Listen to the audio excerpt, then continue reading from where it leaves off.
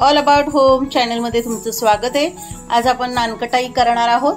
त्यासाठी प्रमाण 1 वाटी मी इथे मैदा घेतलाय, अर्धी वाटी आपण त्याच्या पिठी साखर घेणार आहोत, अर्धी वाटी तूप घेणार आहोत आणि 1 चमचा खाण्याचा सोडा, इलायची पूड 1 चमचा आणि सजवण्यासाठी बदाम। चला सुरुवात करूया। आपण ही नानकटाई साध्या सोप्या पद्धतीने आणि घरच्या घरी पटकन होईल यासाठी मी ह्या परातीचा वापर करणार आहे आपल्याला फेसळण्यासाठी। तर प्रथम आपण तूप काढून घेणार आहोत परातीत। आपण हे तूप मॅश करून घेणार आहोत हाताच्या साहाय्याने।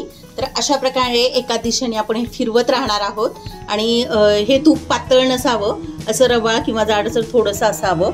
अशा प्रकारे आपण हे करणार आहोत की ह्याचं क्रीम सारखं तयार झालं पाहिजे। तर ह्या असे 2 ते 3 मिनिट आपण हे गोल असं फिरून घेणार आहोत। हे काढून घ्यायचंय आणि पुन्हा असं करायचं। अशा प्रकारे आपण करत राहूया 2 मिनिट। प्रकारे आपल्या तुपाचा कलर छानसा बदललेला आहे। आता आपण ह्यामध्ये पिठी साखर ऍड करणार आहोत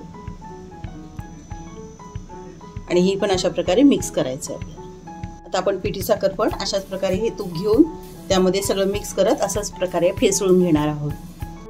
तर हे जेवढं तुम्ही फेसळून घ्याल त्याप्रमाणे नानकटाई अगदी सुंदर, हलकी फुलकी आणि मस्त होते। तर अशा प्रकारे आपलं बॅटर क्रीम सारखं असं तयार झालं आहे। आता याच्यात आपण बाकीचे ऍड करणार आहोत। घालणार आहोत खाण्याचा सोडा, इलायची पूड, थोडंसं चवीला मीठ घालणार आहोत। ह्यामध्ये मिक्स करणार आहोत एकदम हलक्या हाताने। असा छान डो करून तयार करून घ्यायचा आहे आपल्याला। छान असा गोळा तयार होईल। तर ही नानकटाई अगदी सुंदर आणि सोप्या पद्धतीने होते। त्याला तुम्ही ग्लाइंडर वगैरे वापरलं तरी चालू शकतं, पण हे नसताना काही सामान आपण पराती फेसून हे करू शकतो।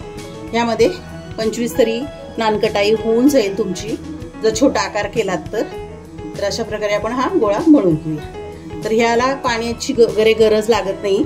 हा इझी असा त्याच मिश्रणामध्ये गोळा तयार होतो।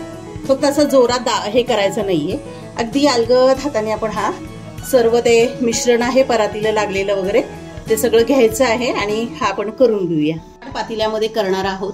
जेवढं तुम्ही जाड कढई पातेलं घ्याल तेवढी नानकटाई खूप छान होते। त्यामध्ये आपण हे मीठ घालून घेणार आहोत। थोडंसं घेतलं तरी चालेल, मी हे केकसाठी वापरलेलंच मीठ आहे, तेच मी पुन्हा भरून ठेवते आणि पुढच्या वेळेस वापरते। तर अशापैकी पसरून घ्यायचंय। रिंग ठेवणार आहोत, ती मध्यभागी बसेल अशा प्रमाणे आणि हे प्रथम आपण हे तापून घेणार आहोत आणि त्यावर जे बसेल ते झाकण घ्यायचं आहे। तर अशा प्रकारे मी हे गरम करून घेते, तोपर्यंत आपण नानकटाई बनवूया। आपण ताटाला तूप लावून घेणार आहोत। आपला हा गोळा तयार झाला आहे, खूप छानसा आणि सुंदर, आणि त्याच प्रमाणामध्ये हा गोळा तयार होतो। पाण्याची दुधाची वगैरे कसलीही गरज लागत नाही। तर अशा प्रकारे झालाय। जेवढं तुम्हाला साईज हवाय त्यानुसार तुम्ही करू शकता। ज्या पातेल्यामध्ये आपण करणार आहोत त्यामध्ये जे ताट बसेल त्याप्रमाणे हे ताट घ्यायचं आहे आणि आपण हे असे गोळे तयार करून घेणार, जेवढा आकार आवडेल तेवढं, आणि थोडंसं प्रेस करा। तर मी छोटी छोटी बनवणार आहे। तर अशा प्रकारे बनवून आपण ठेवणार आहोत। ही थोडीशी दूर ठेवायची आहे। तर आपली नानकटाई तयार करून झाली आहे। त्याला सजवण्यासाठी आपण बदाम लावणार आहोत। मी अंदाजेच अशी बनवलेली आहे, मोठी छोटी थोडीशी। तुम्ही आकार घेऊन थोडंसं पीठ एक समान घेऊन तुम्ही एकसारखी करू शकता, आणि थोडीशी मी मोठी पण बनवलेली आहे। तर अशा आपण बदाम लावून घेणार आहोत, ताट ठेवून घेणार आहोत। त्यामध्ये बेक करण्यासाठी ठेवून दिली आहे। तर कमीत कमी 20 मिनिटं लागतो, मंद गॅस ठेवायचा आहे आणि 10 मिनिटांनी आपण उघडून बघणार आहोत। पण हे झाकण जे पॅक बसेल अशा प्रकारे हे ठेवून द्यायचं आहे आणि गॅस मंद करायचा। झाले आहे, मध्ये एकदा उघडून बघितलं मी, थोडेसे झाले नव्हते, मग मी पुन्हा ठेवलेलं आहे। तर ह्याला मी 30 मिनिटं ठेवलं आहे, छान झालंय। आपण ह्याच्यावरच झाकण ठेवून गॅस बंद करणार आहोत। मध्येच ठेवून झाकण ठेवलं होतं। आता आपण हे बाहेर काढून घेणार आहोत।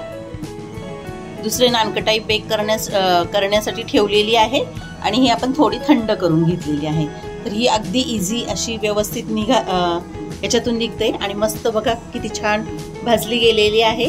अगदी सुंदर होते आणि कुठलाही पीस तुम्ही असं पटकन निघतो बघा, आणि खूप छान झालेली आहे आणि त्याचे हे बदाम पण खूप सुंदर लागतात। तर अशा प्रकारे ही आपली तयार झाली आहे आणि तुम्हाला त्यातला मी एक पीस कुठला तरी अशी एकदम रवाळ अशी झाली आहे आणि मी हा आता तोडून दाखवते तुम्हाला किती छान खुसखुशीत झालेली आहे।